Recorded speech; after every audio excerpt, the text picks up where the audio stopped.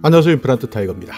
코로나19 때문에 많은 분들이 피해를 입고 있습니다. 그리고 최근 확산되고 있는 오미크론 때문에 더욱더 많은 피해를 입고 있는데요. 실제 확진되어서 격리되는 분들, 여기에다가 각종 취약계층, 그리고 소상공인들까지 모두가 함께 고통받고 있는데요. 이런 시기에 정부에서는 많은 정책을 쏟아내고 있습니다. 지방자치단체에서도 많은 정책을 쏟아내고 있는데요. 그런데 어떤 분들은 계속 지원 정책에서 혜택을 보고 또 어떤 분들은 혜택을 받지 못하는 경우도 많습니다. 물론 정책이 촘촘하지 못해서 실제 혜택을 보고 또 어떤 분들은 계속 아무것도 받지 못하는 분들도 계시겠지만요. 내가 이런 내용에 대한 정보를 정확하게 알지 못해서 모르는 경우도 많습니다. 그렇기 때문에 여러분께서 내가 이번 코로나 때문에 정부에서 분명히 정책을 발표했지만 받지 못하는 것이 혹시 있는지 없는지 한번 확인해 보시는 것도 중요한데요. 내가 저소득층인지 소상공인인지 아니면 정부 정책으로부터 받을 수 있는 여러 가지 대상이었는지를 확인해 보시기 바랍니다. 이런 내용을 확인할 수 있는 정부 홈페이지가 있는데요. 코로나19 긴급 지원 정책을 한눈에 라는 홈페이지입니다. 자, 여기 제가 찾아 들어가 보니까요. 바로 전체 총 117건의 정책들이 나옵니다. 아마 이 중에서 여러 건 이미 받으신 분들도 계실 테고요. 아니면 이렇게 많은 정책들이 있었느냐, 나는 몰랐다, 놀라시는 분들도 분명히 계실 겁니다. 자, 여기 처음 보시면요. 추가생활지원비 2022년 1월 8일부터 시작해서 시행이 된 내용인데요. 이 내용은 지금까지 계속 예산 때문에 변경되어 왔습니다. 그렇기 때문에 더 자세하게 확인하셔야 되고요. 최근 10만 원까지 줄어들었던 내용인데요. 그리고 긴급 경영안정자금, 이 내용은 재해 확인증을 발급받은 소상공인을 대상으로 12월 31일까지 지원해드리고 있고요. 유연근무제 간접 노무비 지원 사업도 있습니다. 그러니까 사업장에 지원하는 사업인데요. 지금도 계속 진행해서 지원하고 있고요. 또 코로나19 피해 소상공인이나 영세사업자에 대한 체납 처분을 유예해주는 사업도 있고요. 경기도 같은 경우에는 코로나19 대응 생활지원비 지원사업, 그리고 코로나19 입원 격리 해제 가구 생활비 지원사업,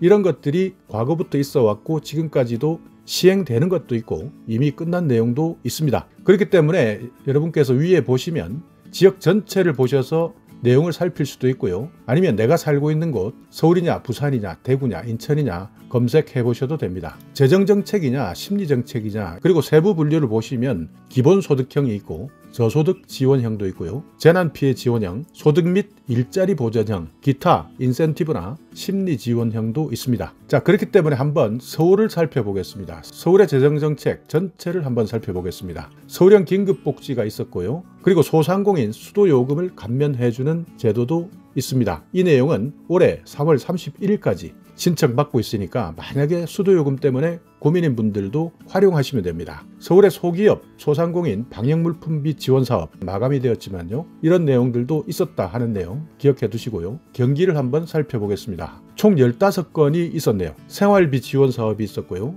이번 격리 해제 가구 생활비 지원사업이 있었고요. 소상공인 운전자금, 안성에 계시는 분들은 안성사랑카드 인센티브를 확대한 적도 있습니다. 그리고 구리시 같은 경우에는 상시적으로 구리사랑카드 인센티브 한도를 상향해드리고 있습니다. 그 외에도 각종 사업들이 경기도에서 실시되었고요. 부산을 한번 살펴보시면 부산 코로나19 심리상담, 그리고 또 하나는 소상공인 산무 플러스 특별자금이라는 지원 제도가 있는데요. 한 사람당 1,000만 원씩 특별 보증을 해주겠다. 부산 북구 같은 경우에는 올해 3월 31일까지 2차 재난 긴급생활지원금을 드리고요. 진구에서도 희망지원금을 지원한 바가 있습니다. 그리고 소기업, 소상공인 방역물품 지원금 2차, 이런 내용들도 지원한 적이 있습니다. 그렇기 때문에 여러분께서 전체적으로 코로나19 때문에 지원받을 수 있었던 117건 중에서 내가 저소득층인지 소상공인인지 아니면 다른 취업 취약계층으로서 지원받을 수 있었던 정책이 있었음에도 불구하고 지나가 버린 것이 있는지, 아직까지